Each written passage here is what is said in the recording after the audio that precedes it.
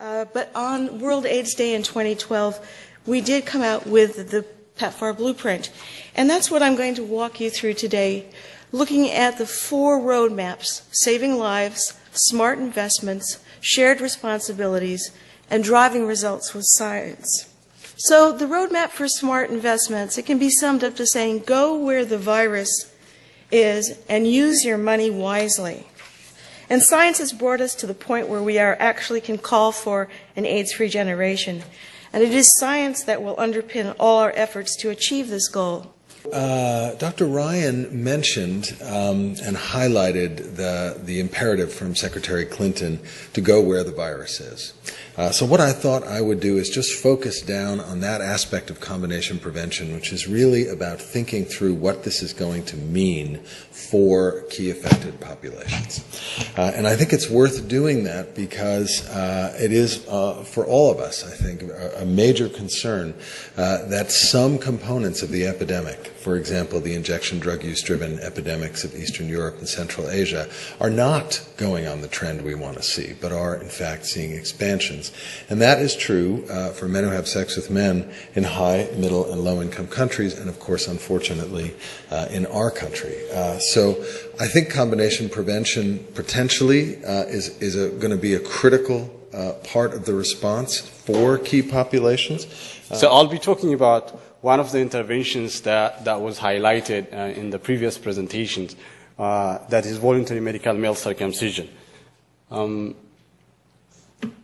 A number of observational studies and 3 large randomized controlled trials in Africa showed that voluntary medical male circumcision can reduce a man's risk of acquiring HIV by about 60%, which is really huge, as the previous speakers talked about.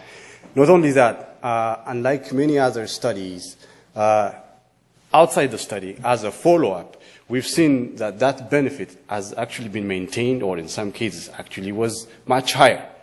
And I also want to point here that male circumcision, unlike other interventions, is relatively less complex than the others that we'll probably talk about later, or the ones that Chris talked about.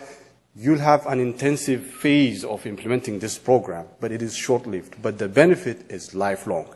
So there is this thinking that male circumcision is about male, but it is about women. It's about families. So the intervention is easy, and it cuts across and supports families and community.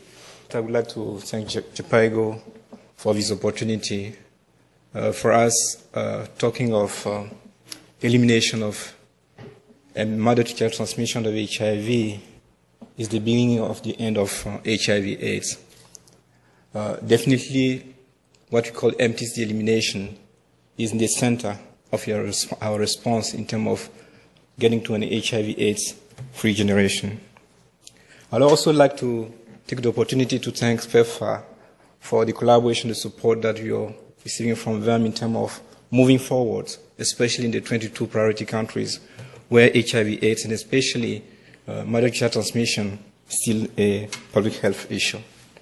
And I certainly, after being in this work for much longer than I ever thought I would be, that over the last 2 years we even mutter the words ending an epidemic is staggering to me. And I think we need to remember why we're having this conversation. And I'm an advocate. I'm not a scientist. But when I look back over where we've come from and where we've been these last 24 months, it's been about science, about what science has delivered. And now it's our challenge to translate that science into truly ending an epidemic. And, of course, the President said it once. He said it again in the State of the Union. But, again, the idea that we're even talking about an AIDS-free generation, I still pinch myself and never thought I'd be presenting slides that even talked about the end of an epidemic.